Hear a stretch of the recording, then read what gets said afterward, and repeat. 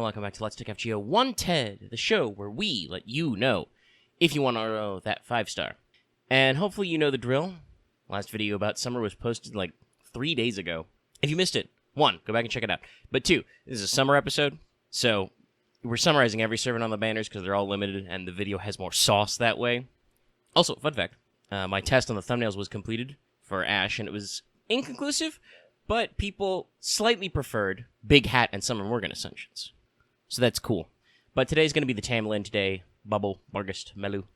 And, you know, we're not going to do the normal thing with history, folklore, and more. We're just going to dive into these units and talk about them as is. Though, of course, we do have a little bit of commentary as well, not just the mechanics. But let me not keep you from your rolling, and we'll just move right into the segment.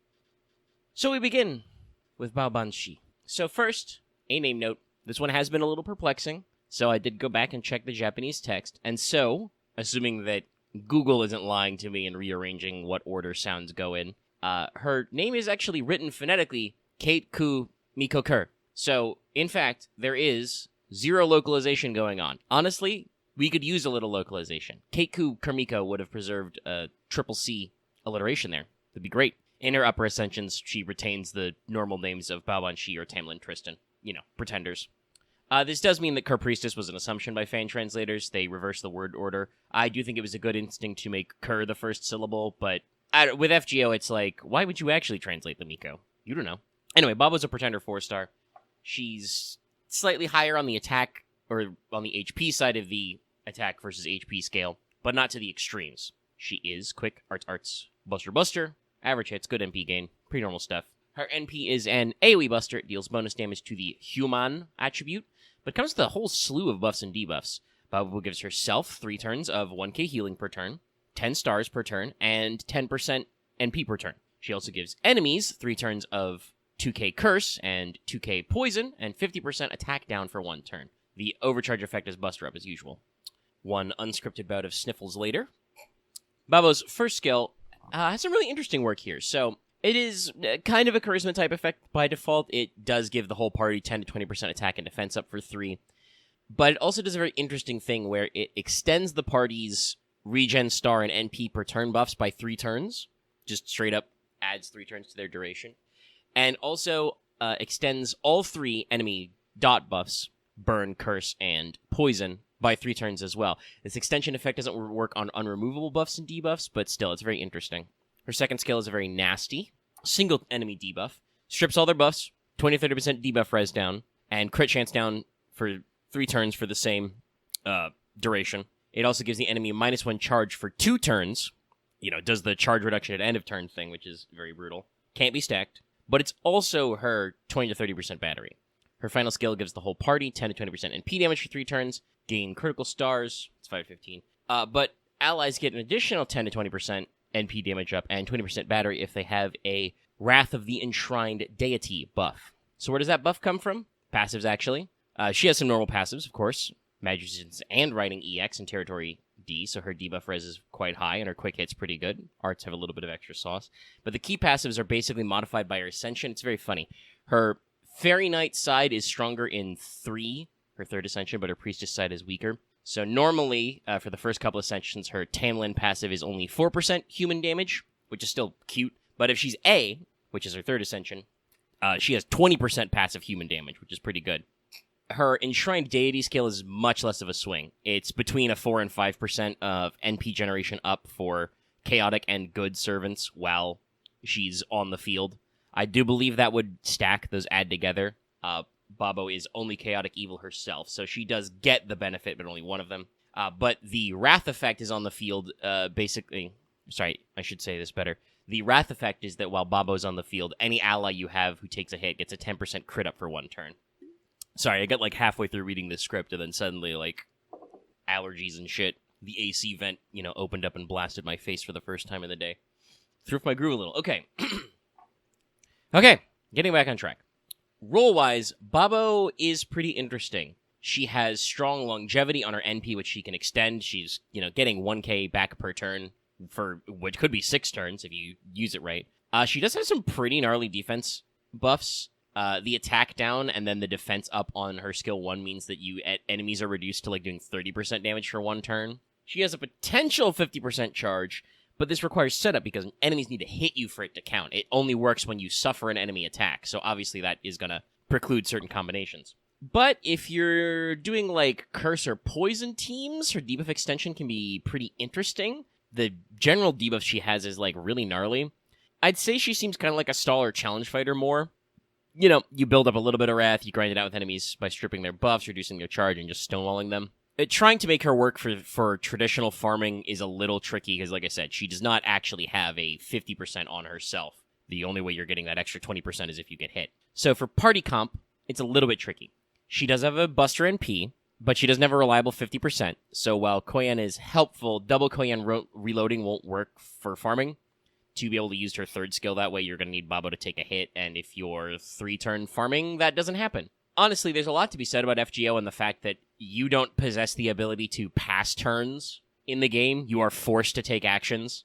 So, you know, you can't, like, stall out a turn. That would be super interesting. FGO 2, let me pass. And despite her cool hoodie, Babo's not animal trait for Koyan of Dark to max her buffs either.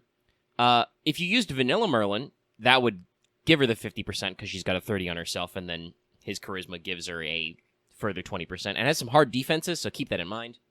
But also, honestly, you're probably going to try and do some weird stuff with her.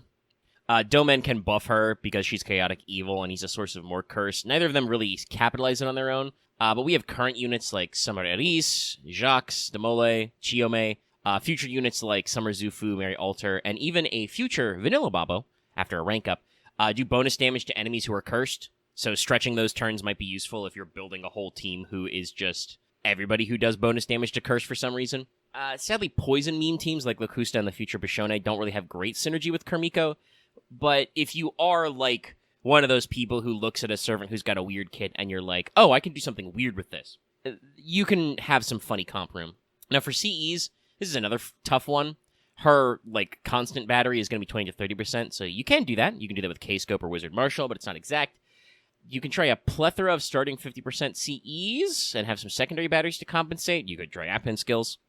Or you could forego it entirely. It really depends on what you're doing. Are you just using her to kill night classes, or do you have, like, a specific comp in mind? And as an extra class, Babo doesn't require too crazy Ascension mats, and her skills are not too intense, but do keep in mind she needs 12 ash bottles per skill. Moving on. Next up, UDK Bargist, UDK standing for Union Defense Knights, with our boy Melon showing off his breadth of character design. That's not a joke, like, all of her ascensions are very distinct in style. She is a 4-star archer, and you know she's weighted for HP rather than attack. Look at her! I'd put a Patrick look at it sound at it here, but like I said, my chest is suddenly bothering me in the middle of recording, so you can imagine the joke. Anyway, she's QQ, AA, B, slightly above average hits, and slightly below average NP gain in the 40s. She's our obligatory, technically we have to do skills first servant. I mean, we don't have to, but it'll flow better. It'll prevent me from repeating myself, you know, kind of bookending myself. Her first skill is a 20 to 30% attack up, and a 30 to 50% critical up on self for 3 turns.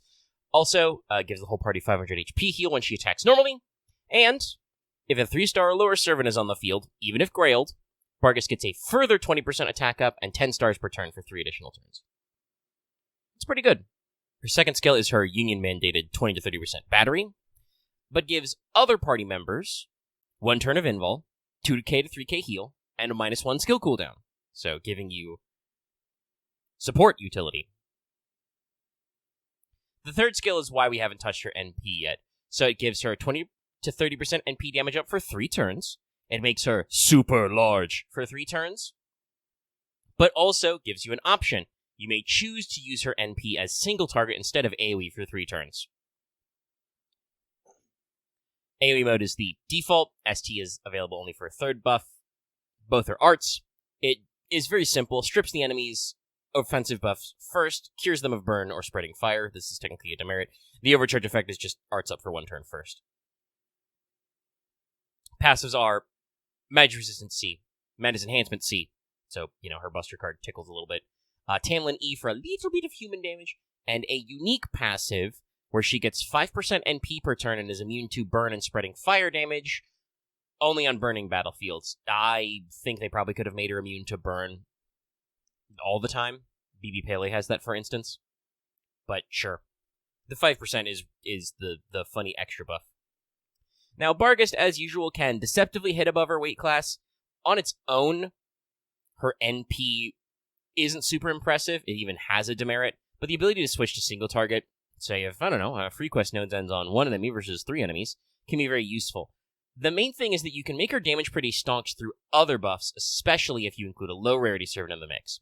That means for 3 turns, she's getting 50% attack up. She has an arts up on overcharge. She gets a 30% NP damage up if you use that, and you don't actually have to switch to single target, or you can save for that.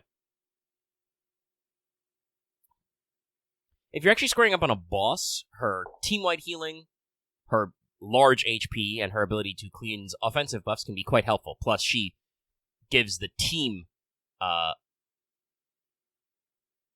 invul hard defenses and a skill reset. So the team comp is pretty interesting. If you're going what I want to call casual mode, you're just cruising for a bruising. She's Arts, back to the Arts sisters, Tamamo, Castoria, Avalon. This should give you a spread of defenses, extreme damage buffs, plenty of NP generation, and more stall potential to allow you to propagate the stuff like invuls, healings, cooldown downs onto Barghest herself. You know, Tamamo can feed Barghest those buffs with, you know, her Arts buff being a big heal, shit like that, and then Barghest heals the rest of the crew. So basically, Barghest covers for the squishy wizards, and you use just your third skill for the NP damage up. You just crank it on turn 1, say don't make it single target, and go. But if you want to get silly style, there are some funny options here. First of all, recommendation. Arash is an archer who's great at clearing waves, and is bronze. He can blow up wave 1, Barghest gets her 50% attack up for the rest of the 3 turns. You're Gucci. Hans, Paracelsus, and Asclepius are all budget supporters who can give UDK some extra longevity. And also, hell, fun fact, 4-star MASH counts because she started as a 3-star. The new 5-star MASH in JP doesn't count, but you don't got to worry about it for like 2 years. This is, you know, very fun tanking ability. And if you want to hit low rarity and also use her burning passives, try old man Zhang Ju. He can make the battlefield burning for a period of time, which means that he can give Barghest passive NP gain. Very funny. For craft essences, Cs, you're using the usual suspect for arts. Anywhere from 0 to 50% starting NP can be fine. Barghest does only have a 30% battery herself, so it's hard to guarantee it, but also arts has a ludicrous amount of chargers in it, so you can probably find something to work there. Otherwise, focus on what we want to call the greatest hits of attack up, NP damage, and arts up. But I would note that summer events in particular love to dish out CEs that have some combination of arts up and 50% NP, and then basically all the other buffs. Now, our Ascension is pretty normal, but we warned of double dipping on shells and scales. She needs them at multiple points. She's going to need 8 shells per skill spread out over a couple of different things, and 20 total scale bottles. So, you know, keep all that stuff in mind. And now, last but not least, it's time for Melisine to channel her inner ace combat, complete with a carrier launch. She's also sometimes called Melisine Undine, maybe because of the sound of like that. But Undine, which is also spelled Ondine with an O, is a water elemental from Paracelsus' writings, which is passed into general European folklore. They're kind of Fae-adjacent, but are not explicitly fairies. Sometimes they're more fairy-like than not, but they're supposed to be water elementals. Also, each of Melisine's Ascension backgrounds is interesting. Her first shows an SR-91 Aurora, which is a hypothetical designation for an experimental stealth aircraft. It resembles the Black Triangle UFO. This was rumored in the 80s and 90s, but is pretty widely debunked. It was not actually a test bed they were working on. Her second shows LB6's tree, Seifert, in the background. Check out the Ash video for an aside about Seifert-type galaxies. And her third shows the Storm Border. Anyway, Meludine is a 5-star ruler. She's weighted for more attack than HP. Same as Sherlock, by the way. She is Quiqua. No, 1 Qua, sorry. Ababa. It's Qua Baba. You can see the deck. It's 1 quick, 2 arts, 2 buster. Her quick hits are high, but otherwise her hit counts are normal. Slightly below average NP gain. Pretty normal stuff. Her NP is a very simple AoE arts. It gives her 30% credit for 3 turns, deals bonus damage to enemies who have the Earth attribute, and the overcharge effect is just attack up for 3 turns. Loop City. Loop City.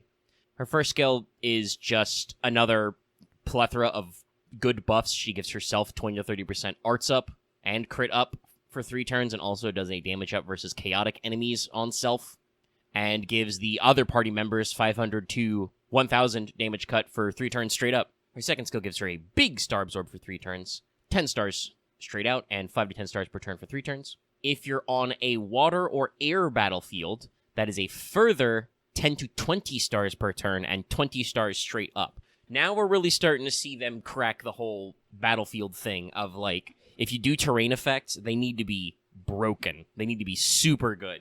Otherwise, there's no point. Even though you can create waterside battlefields with certain team comps, it's still, one of those things. Her third skill is, it's Melisine, so of course she's going to have a bananas battery, 50 to 80%.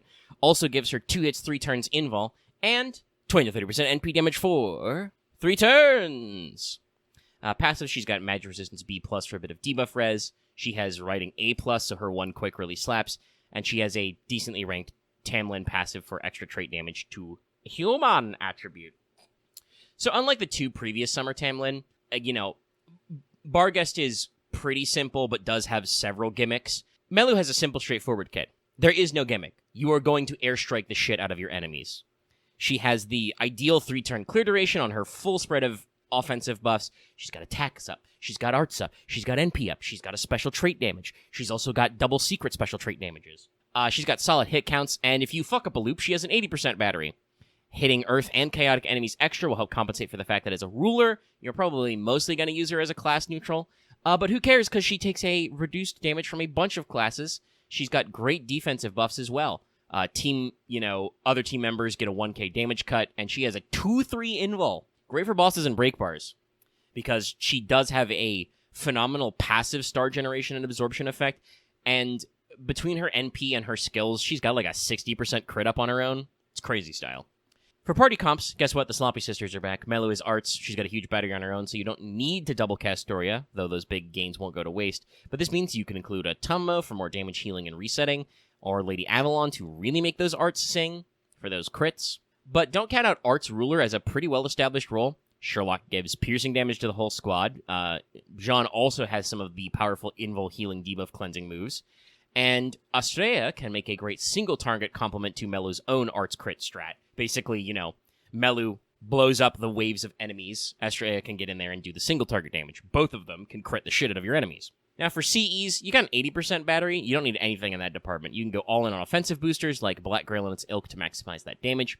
If NP damage isn't what you're aiming for, Arts crit is a strong secondary. Now, unfortunately, as a ruler, Melu mostly uses other classes' mats, both as statues and skill gems. This is a blessing and a curse. So, on the one hand, it's just statues and skill gems. On the other hand, it's all statues and skill gems. So if you're missing something, that can be a little pricey, because you can't, focus in on just one. But she is a summer, so she needs 12 shells per skill also. They have to throw that shell tax in there. And to round out the rarity on these ladies for their banners, it's basically the same as before. You got this summer, you got next summer where there's a rerun banner, all of their respective weekly class banners.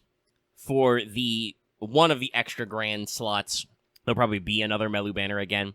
And personally, I'm not counting out a giant summer raid up from JP yet. They've done that before where they've just run a bunch of previous year's summers, so I wouldn't be shocked if there was just a giant summer comp of everybody, or at least, several past years of it. Also, obviously, Melu gets SSR favoritism for GSSR campaigns. And now your summer wandereds are done. Good luck to everyone rolling anywhere on all banners, including the boys banner. Enjoy your vacay, just like I will now that my homework is done. We outie. So, let's get to the old outro spear. Hey, this is a Let's Talk FGO production. Check out our podcast, Let's Talk FGO, every week. Talking about stuff, mostly FGO, sometimes other stuff, right here on this channel. And, of course, make sure you're liking this video, leaving a comment, subscribing so you can get more videos like Wanted and other stuff we got going on.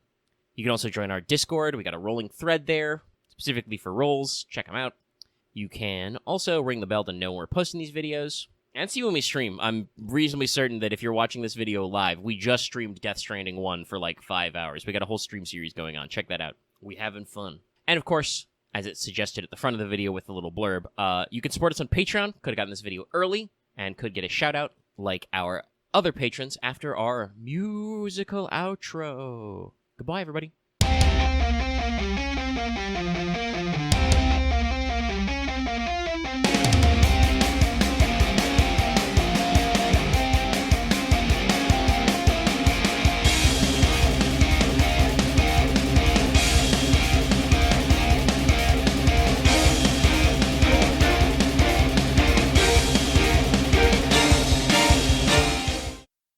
And before we go, shout out to all of our patrons and supporters who make this possible, but especially Adam DeHart, Blacklisted G, Call Me Zed, Carlos, Dragon, JDV9000, Chris Starlight, Legendary Boss Hunter, Rise of Kenji, Rogue Robin, Sharvor, and Barry the Crow.